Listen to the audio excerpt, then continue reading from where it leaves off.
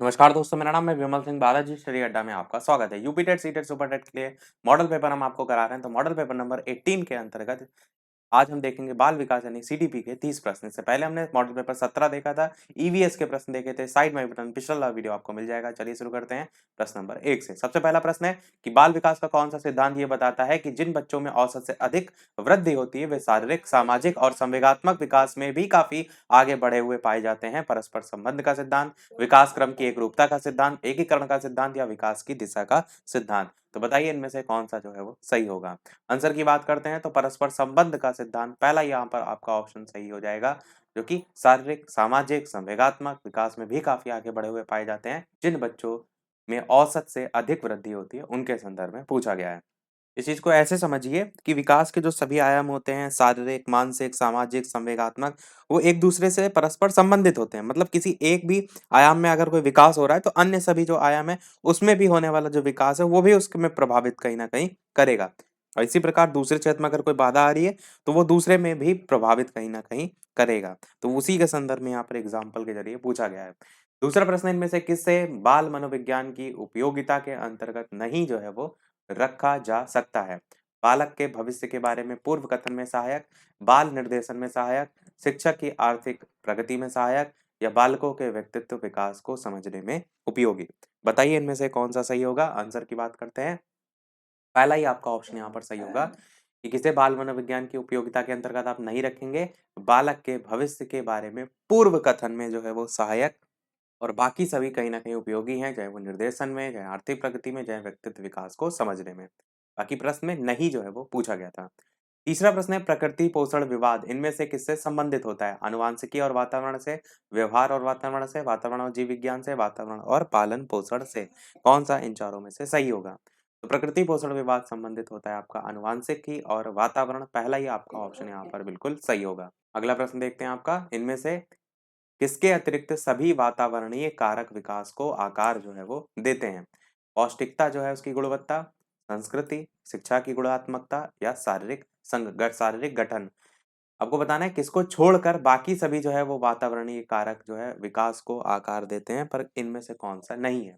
तो जो शारीरिक गठन होता है इसको आप अगर हटा दें, बाकी पौष्टिकता की गुणवत्ता भी, संस्कृति भी और शिक्षा की गुणात्मकता भी, तो ये सभी तीनों जो है आपके कहीं ना कहीं वातावरणीय कारक विकास को आकार देते हैं, पर शारीरिक संगठन जो है वो आपका नहीं देगा। फोर्थ वाला ऑप्शन यहाँ पर सही होगा। अगला प्रश्न है अपनी कक्षा के बच्चों में सामाजिकरण की प्रक्रिया को तेज करने के लिए शिक्षक को जो अपना बर्ताव है वो कैसा रखना चाहिए। सहानुभूतिपूर्ण किंतु कठोर रखना चाहिए, स्नेह और सहानुभूतिपूर्ण रखना चाहिए, सामान्य रखना चाहिए, कठोर रखना चाहिए। तो कठोर वाले ऑप्शन दोनों ही काट दीजिए। सेकंड या थर्ड में से कौन सा सही होगा। तो आप कहेंगे स्नेह और सहानुभूतिपूर्ण रखना चाहिए। सेकंड वाला ऑप्शन यहाँ पर सही होगा। छठा प्रश्न है सामाजिकरण की प्रक्रिया में अनुकरण को उपयोगी और विकासात्मक बनाने के लिए आवश्यक तत्व इनमें से कौन से होते हैं। परिवार और पड़ोस, गांव और शहर, देश और राजनीति, परिवहन और संचार साधन। तो परिवार संचार साधन तो बिल्कुल आपका नहीं होगा। सामाजिकरण की प्रक्रिया की बात हो रही है, अनुकरण को उपयोगी और विकासात्मक बनाना है, तो सबसे बेहतर तरीका है वो है परिवार और आस पड़ोस। तो आपका पहला ही ऑप्शन यहाँ पर बिल्कुल सही होगा। सातवां प्रश्न है आप अपनी कक्षा के बालकों में सामाजिकरण की प्रक्रिया को तेज करना चाहते हैं, इसके लिए आप इनमें से कौन सा कदम उठाएंगे। जो बालक है उनको स्कूल जो है उनकी परंपराओं से परिचित कराएंगे। दूसरा कह रहा है कि बालकों में सामाजिक आदर्श स्थापित कराएंगे। तीसरा कह रहा है बालकों को समाज में प्रचलित मान्यताओं के विषय में जानकारी देंगे। केवल ए और बी और सी सभी। बताइए कौन सा इनमें से सही होगा। तो कहीं ना कहीं सामाजिकरण की प्रक्रिया में आप तेजी लाना चाहते हैं तो आप स्कूलों की परंपराओं से परिचित कराएंगे, सही है आपका। सामाजिक आदर्श भी स्थापित करेंगे, सही है आपका। बालकों को समाज में प्रचलित जो मान्यताएं हैं उनके विषय में भी जानकारी देंगे, यानी कि तीनों ही आपके यहाँ पर बिल्कुल सही है। ये सभी आपका ऑप्शन यहाँ पर सही होगा। अगला प्रश्न आपका है लॉरेंस कोहलबर्ग के सिद्धांत के अनुसार कौन सा स्तर जो है नैतिकता अनुपस्थिति को सही अर्थ में सूचित करता है। अनुपस्थिति की बात की गई है। स्तर 3, स्तर 4, स्तर 1 या स्तर 2। तो बताइए इनमें से कौन सा जो है स्तर जो है वो होगा।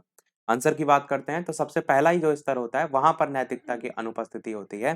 फिर धीरे धीरे जब स्तर नैतिक के जो स्तर बांटे गए उसमें भी चरण बांटे गए इनके द्वारा। तो जो पहला चरण है वो आपका कहलाता है आज्ञाकारिता और दंड अभिविन्यास, दूसरा व्यक्तिवाद और विनिमय। तो जो स्टार्टिंग का स्तर है उसमें आपको नैतिकता अनुपस्थित देखने को मिलती है, सही अर्थों में देखेंगे। और स्तर 2 से जो है वो धीरे धीरे स्टार्ट हो जाती है, पारंपरिक नैतिकता के नाम से हम जानते हैं। तो यहाँ पर स्तर 1 आपका जो है वो सही होगा। अगला देखते हैं आपका प्रश्न 9वां कि पियाजे के सिद्धांत के अनुसार इनमें से कौन-सा व्यक्ति के संज्ञानात्मक विकास को प्रभावित नहीं करेगा, आपसे पूछा गया है। भाषा, सामाजिक अनुभव, परिपक्वन, क्रियाकलाप। बताइए इनमें से कौन-सा सही होगा? आपको बताना है पियाजे के सिद्धांत के अनुसार इनमें से कौन-सा व्यक्ति के संज्ञानात्मक विकास को प्रभावित नहीं करेगा। अब संज्ञानात्मक विकास को प्रभावित भाषा तो करती है, सामाजिक अनुभव उतना आप कह सकते हैं भले ना करे, परिपक्वन यानी ये मैच्योरिटी भी करेगी और क्रियाकलाप भी। आंसर आपका सामाजिक अनुभव जो है वो सेकंड वाला सही होगा। अगला देखते हैं आपका प्रश्न, वाइगोत्स्की के सिद्धांत में विकास के निम्नलिखित में से कौन से पहलू की उपेक्षा जो है वो होती है? सामाजिक, सांस्कृतिक, जैविक, भाषाई। बताइए इनमें से कौन सा जो है वो सही होगा? तो वाइगोत्स्की के सिद्धांत में विकास के निम्नलिखित में से कौन से पहलू की उपेक्षा होती है? आंसर की बात करते हैं इन चारों ऑप्शन में से, तो आपका ऑप्शन यहाँ पर जैविक जो है वो सही होगा। थर्ड वाला ऑप्शन आपका जैविक, जिसको हम बायोलॉजिकल कहते हैं, वो सही होगा। सामाजिक होता है सोशल, ये होता है सांस्कृतिक होता है कल्चरल, और भाषिक होता है लिंग्विस्टिक। बायोलॉजिकल यानी कि जैविक जो है इसकी उपेक्षा होती है। 11 प्रश्न है, 1 वर्ष तक के शिशु जब आंख, कान और हाथों से सोचते हैं तो इनमें से कौन सा स्तर शामिल होता है? मूर्त संक्रियात्मक, पूर्व संक्रियात्मक, इंद्रिय जनित गामक या फिर अमूर्त संक्रियात्मक। बताइए इनमें से कौन सा सही होगा? आंसर की बात करते हैं तो आपका इंद्रिय जनित गामक स्तर जो है वो सही हो जाएगा। शिशु जब आँख, नाक, कान, हाथों इन सभी के माध्यम से सोचते हैं, तो थर्ड वाला आपका ऑप्शन सही होगा। 12 प्रश्न है, आजकल बुद्धि परीक्षण का उपयोग शिक्षा जगत में हो रहा है। बुद्धि परीक्षण का इनमें से कौन-सा उपयोग बालक के विकास के दृष्टिकोण से सही जो है वो नहीं है? पहला कह रहा है शैक्षिक मार्गदर्शन, जो कि सही है। बुद्धि परीक्षण के परिणाम के आधार पर बुद्धि वाले जो बालक हैं उन पर अन्य बालकों की तुलना में अधिक ध्यान देना, बस यही सही नहीं है। आप सभी को बराबर लेकर चलते हैं। तो यही पूछा गया था इसमें प्रश्न में कौन सा सही नहीं है, तो सेकंड वाला यहाँ पर सही नहीं है। बाकी थर्ड और फोर्थ जो है वो आपके सही है। अगला प्रश्न है, इनमें से कौन बुद्धि की परिभाषा जो है वो नहीं है? बुद्धि कार्य करने की एक विधि है, बुद्धि ज्ञान अर्जन करने की क्षमता है, जीवन की अपेक्षाकृत नवीन परिस्थितियों से अपना सामंजस्य बनाए या सामंजस्य करने की व्यक्ति की योग्यता ही बुद्धि है, और राजनीतिक, आर्थिक और सामाजिक शक्ति प्राप्त करने के लिए प्रयुक्त उक्ति बुद्धि है। तो कौन सा इनमें से परिभाषा नहीं है? फोर्थ वाली परिभाषा नहीं है, और बाकी शुरुआत की तीनों जो है परिभाषा है बुद्धि की, बाकी तीनों सही हैं। अगला प्रश्न, एक ही कक्षा शिक्षण जो है उसका निष्पादन भिन्न-भिन्न होता है। निम्नलिखित में से कौन-सा कारण इसके लिए सर्वाधिक जो है वो उत्तरदायी हो सकता है? छात्रों की बुद्धि में अंतर, छात्रों के अभिप्रेरण में अंतर, छात्रों की रुचि में अंतर, छात्रों की शारीरिक शक्ति में अंतर। बताइए कौन-सा सही होगा? आंसर की बात करते हैं तो छात्रों की बुद्धि में अंतर, जिसको हम वैयक्तिक विभिन्नता के अंतर्गत देखते हैं, तो कक्षा शिक्षण का निष्पादन भिन्न-भिन्न होता है। इनमें से कौन-सा कारक इसके लिए सर्वाधिक उत्तरदायी है? तो पहला वाला ऑप्शन यहाँ पर सही होगा। 15 प्रश्न है, किसी बच्चे के चिंतन में आयु के बढ़ने के साथ-साथ किसकी प्रधानता बढ़ती है? तर्क की प्रधानता आपको बढ़ती हुई देखने को मिलती है, सामान्यीकरण की देखने को मिलती है, आत्म केंद्रीकरण की देखने को मिलती है, या जीववाद की देखने को मिलती है। तो बताइए कौन-सा सही होगा? साथ ही साथ वीडियो पसंद आए तो लाइक भी करते रहिएगा, शेयर भी करते रहिएगा। इसी प्रकार अच्छे-अच्छे प्रश्न हम प्रैक्टिस करते रहें। तो आपको बताना है, किसी बच्चे के चिंतन में आयु के बढ़ने के साथ-साथ किसकी प्रधानता बढ़ती है? आंसर की बात करते हैं इन 4 ऑप्शन में से, तो जो तर्क वितर्क करने की क्षमता होती है ना, वो उसकी आयु के साथ-साथ बढ़ती है। पहला आपका ऑप्शन यहाँ पर जो है वो सही हो जाएगा। अगला देखते हैं आपका प्रश्न 16, निम्नलिखित में से कौन-सी समस्या समाधान की वैज्ञानिक पद्धति का पहला चरण है? प्राकल्पना का निर्माण करना, प्राकल्पना का परीक्षण करना, समस्या के प्रति जागरूकता, या प्रासंगिक जानकारी को एकत्रित करना। तो इन चारों में से सबसे पहले आप क्या करेंगे? समस्या समाधान की वैज्ञानिक पद्धति का जो पहला चरण होता है वो होता है समस्या के प्रति जागरूकता। फिर उसके बाद एकत्र करना, फिर निर्माण करना, ऐसे करके आपका क्रम चलता रहेगा। अगला देखते हैं आपका प्रश्न नंबर 17, चिंतन अनिवार्य रूप से एक है संज्ञानात्मक गतिविधि, मनोगतिक प्रक्रिया, मनोवैज्ञानिक परिघटना, भावात्मक व्यवहार। कौन सा इनमें से सही होगा? आंसर की बात करते हैं इन 4 ऑप्शन में से, तो संज्ञानात्मक गतिविधि आपका सही होगा। चिंतन अनिवार्य रूप से क्या है? संज्ञानात्मक गतिविधि है, तो यही आपका ऑप्शन यहाँ पर सही होगा। 18 प्रश्न है, सामाजिक भूमिकाओं के कारण ना कि जीव वैज्ञानिक संपत्ति के कारण सौंपी गई विशेषताएं क्या कहलाती हैं? लिंग भूमिका अभिवृत्ति, लिंग भूमिका दबाव, लिंग भूमिका रूढ़िबद्धता, लिंग भूमिका नैदानिकी। बताइए कौन सा इनमें से सही होगा। आंसर की बात करते हैं तो इन चारों ऑप्शन में से आपका थर्ड वाला ऑप्शन सही होगा। लिंग भूमिका रूढ़िबद्धता जो है ये कहलाती है। 19 प्रश्न कक्षा में लिंग रूढ़िबद्धता से बचने के लिए एक शिक्षक को क्या करना चाहिए? जोखिम उठाने और निर्भीक बनने के लिए प्रोत्साहित करना चाहिए। युवक युवतियों को एक साथ अपारंपरिक भूमिकाओं में रखना चाहिए। अच्छा अच्छी युवती अच्छा युवक कहकर शिक्षार्थियों के अच्छे कार्य की सराहना करनी चाहिए, या फिर कुश्ती में भाग लेने के लिए युवतियों को निरुत्साहित करना। तो फोर्थ ऑप्शन डायरेक्ट काट दीजिए। बताइए लिंग रूढ़िबद्धता से बचने के लिए एक शिक्षक को क्या करना चाहिए? आंसर की बात करते हैं तो आंसर की बात करते हैं तो आप सेकंड वाला ऑप्शन यहाँ पर सही हो जाएगा कि युवक युवती जो है उनको एक साथ अपारंपरिक भूमिकाओं में जो है वो या गैर पारंपरिक भूमिकाओं में रखने की कोशिश जो है वो करनी चाहिए। तो यही आपका ऑप्शन सेकंड वाला सही होगा। अगला 20 प्रश्न सामाजिकरण में सम्मिलित है। सांस्कृतिक संचरण और विद्रोहियों को निरुत्साहित करना, वैयक्तिक व्यक्तित्व विकास, बच्चों को लेबल जो है उनमें समायोजित करना या संवेगात्मक समर्थन उपलब्ध कराना।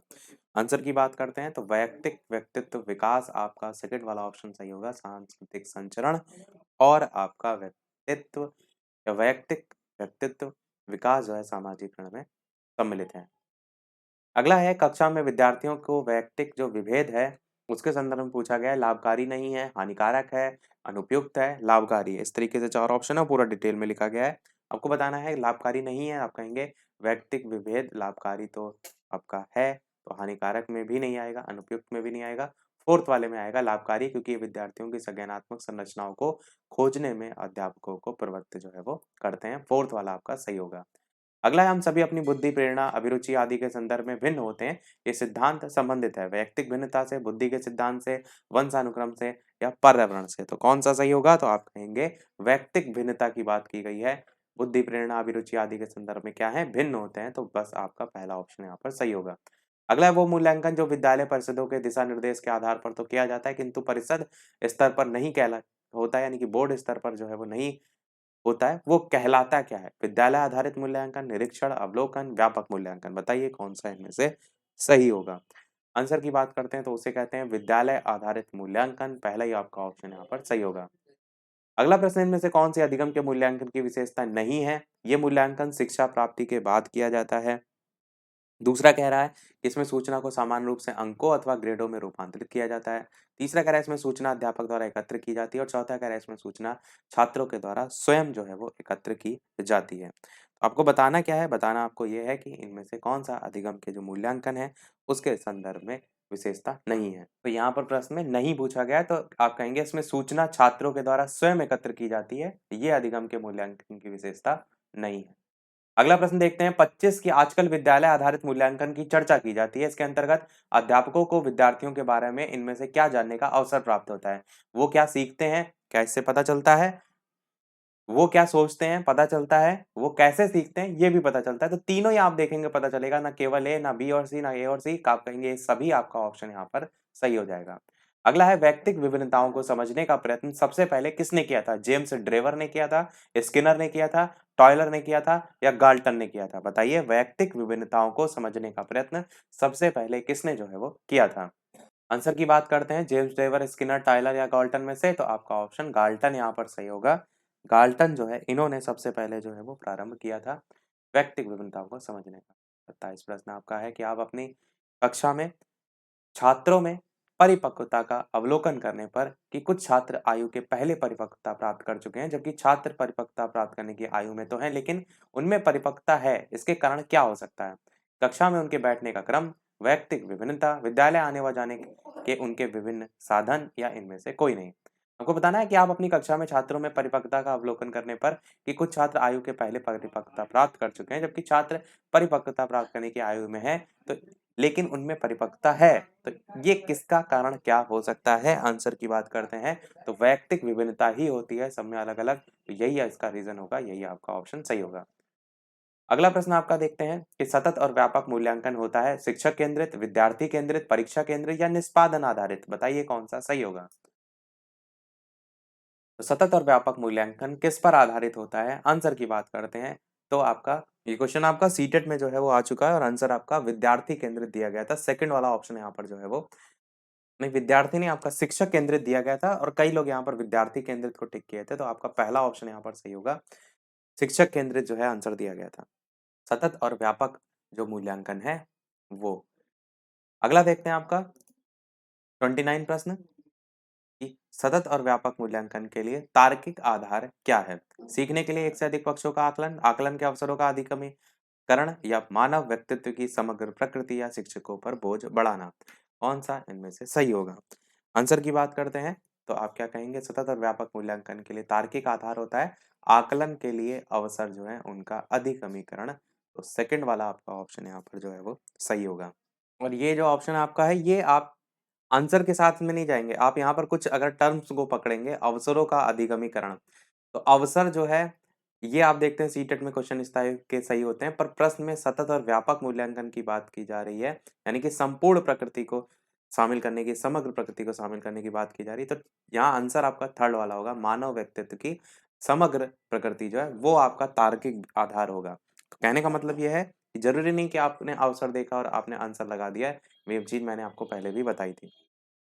देखते हैं अगला और इस वीडियो का लास्ट प्रश्न, इसके बाद एक प्रश्न हम आपसे पूछेंगे कि सतत और व्यापक मूल्यांकन में इनमें से किसका जो है मूल्यांकन नहीं किया जाना चाहिए? छात्रों के विभिन्न विषय क्षेत्र जो हैं उनके कौशल या फिर छात्रों के विभिन्न विषय क्षेत्रों में सफलता का स्तर, छात्रों की सामाजिक आर्थिक स्थिति, छात्रों के वैयक्तिक कौशल, रुचि और अभिवृत्ति। आपको बताना है किसका मूल्यांकन नहीं जो है वो किया जाना चाहिए।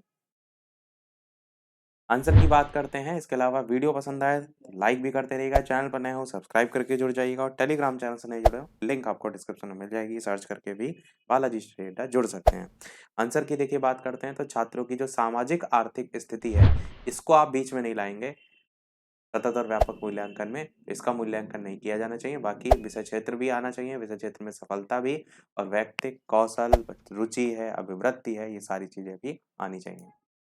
सभी प्रश्न हुए हमारे समाप्त। एक प्रश्न आपके लिए भी, इसके बाद के पोर्शन जो हिंदी है उससे आंसर वीडियो के मेन कमेंट में टाइप करके आपको बताना है कि मैला आंचल के रचनाकार जो है वो कौन है। पहला ऑप्शन है राजेंद्र प्रसाद बेदी, दूसरा ऑप्शन है गुरदयाल सिंह, तीसरा ऑप्शन है फणीश्वर नाथ रेणु और चौथा है भैरव प्रसाद गुप्त। इन चारों में से कौन सा सही होगा? अपना आंसर वीडियो के मेन कमेंट में टाइप करके बताइएगा। लाइव टाइमिंग दो है, दोपहर के 3 बजे और शाम के 8 बजे, तो लाइव आकर भी वीडियो आप देख सकते हैं, प्रश्नों की प्रैक्टिस कर सकते हैं। तो आज के वीडियो में इतना ही रखते हैं, मिलते हैं अगले वीडियो में कुछ नए प्रश्नों के साथ, नए टॉपिक के साथ। तब तक के लिए नमस्कार, जय हिंद।